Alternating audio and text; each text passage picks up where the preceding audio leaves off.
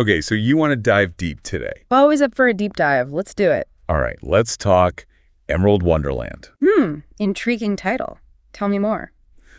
This podcast, well, it's taking classic fairy tales, all the classics we know and love, and basically throwing them into a blender. It's like a literary smoothie of childhood dreams. Sounds ambitious. Blending so many iconic stories, it could easily become a confusing mess, I'm curious to see how they pull it off. Right, that was my first thought too. But from what I've gathered, the creators seem to know what they're doing, at least based on their intro episode. Okay, so who are these masterminds behind Emerald Wonderland? So the main storyteller, the voice behind it all, is Jay Scully. Wait, Scully? As in Scully Pop, the storyteller. Yeah.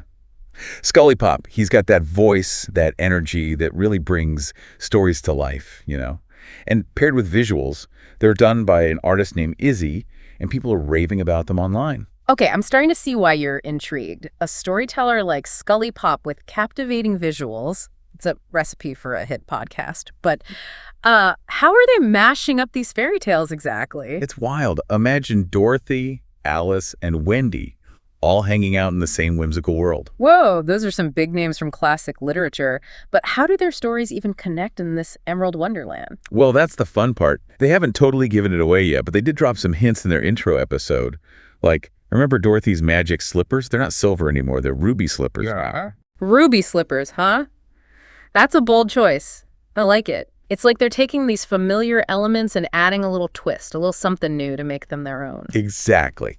But it's the hybrid characters that have me really hooked. They're like fusions of different fairy tale characters, and the combinations are so creative. Okay, you have to give me an example. What kind of character mashups are we talking about here? All right, picture this lion hatter.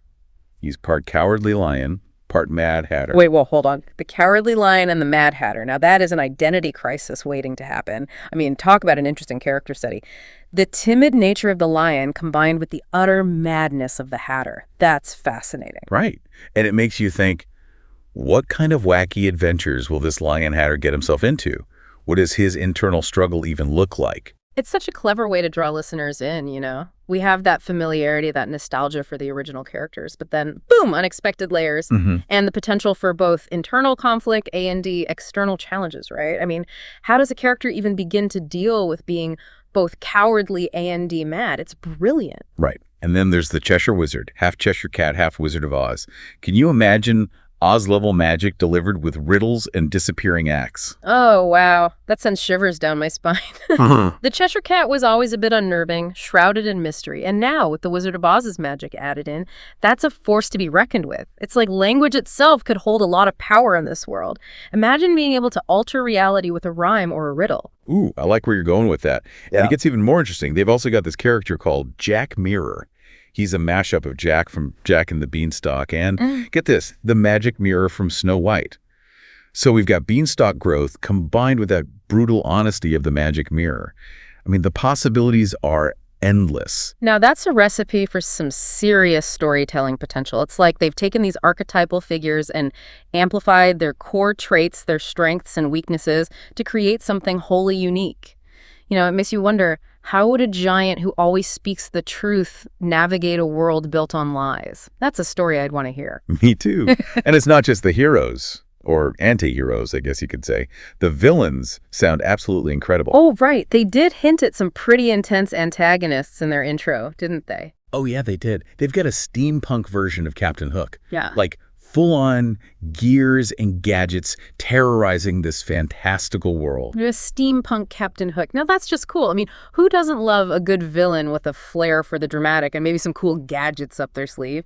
But steampunk implies a certain level of technology, right? Does that mean Emerald Wonderland is this weird mix of magic and machine? Oh, the possibilities? Right. It's like they're blending genres, not just stories. And then there's this reality warping villain called the Story Stealer. It's like they're playing with the very fabric of storytelling itself. Now, that's an interesting concept. A villain who steals stories. What happens to a world without stories, without those shared narratives that bind us together? It's like they're exploring the very essence of what it means to be human.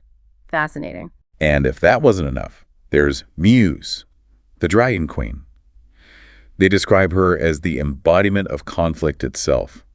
I don't even know what that means, but it sounds intense, right? Muse, the Dragon Queen, huh? That's an intriguing concept. Is she a straight-up villain or more of a necessary force, like a catalyst for change? Are they suggesting that conflict is essential to a good story? It really makes you think. Right. Like, is conflict inherently a bad thing? Or is it the driving force behind growth and change? This podcast is making me philosophical. See, this is what I love about a good podcast. It doesn't just entertain, it makes you think, makes you question your assumptions. And it seems like Emerald Wonderland is doing just that, and with a healthy dose of fairy tale magic. Me too. And the best part, they've hinted at giving listeners a peek behind the curtain, like a behind-the-scenes look at their creative process. It's like a 2-for-1 deal. Yeah. A fantastical story and a masterclass in storytelling all rolled into one. Now, that's something I'd love to hear more about. I mean, it's one thing to create a fantastical world, but it's another to make it feel real, lived in. How do you construct a world that feels both familiar and completely new? I'm hoping they delve into their world-building process. Right. Like, how did they come up with these wild character combinations? What was their inspiration? Did they use any specific techniques? Exactly. I'm also really curious about how Scully Pop approaches writing for such a unique cast. I mean, how do you write dialogue that feels true to each individual character while also blending their distinct voices into a cohesive whole? It's like conducting an orchestra of fairy tale characters, each with their own melody, their own part to play in the grand symphony of the story. Absolutely. Now, I have one last thought before we wrap up. Remember that yellow brick road of creativity they mentioned in the intro? Yes, I do seem to recall that. It was quite a striking image. Right. So do you think it's a hint that Dorothy's story will be the central thread in this Emerald Wonderland? Or is it more of a metaphor for the creative journey they're taking us on? You know, it could be both. On one hand, Dorothy's journey is so symbolic of this classic hero's journey, filled with trials, tribulations, and ultimately self-discovery. So, using the yellow brick road could be their way of grounding us in a familiar narrative structure while still leaving room for surprises. That's a good point. But then again, maybe it is a metaphor for their creative process, inviting us along for the ride as they explore these uncharted territories of storytelling, blending genres, and bending tropes along the way. Exactly. It's like they're saying, hey, come follow us down this whimsical path of imagination. You never know what we might find. I guess we'll just have to listen and find out. Well, what are we waiting for? Let's hit play.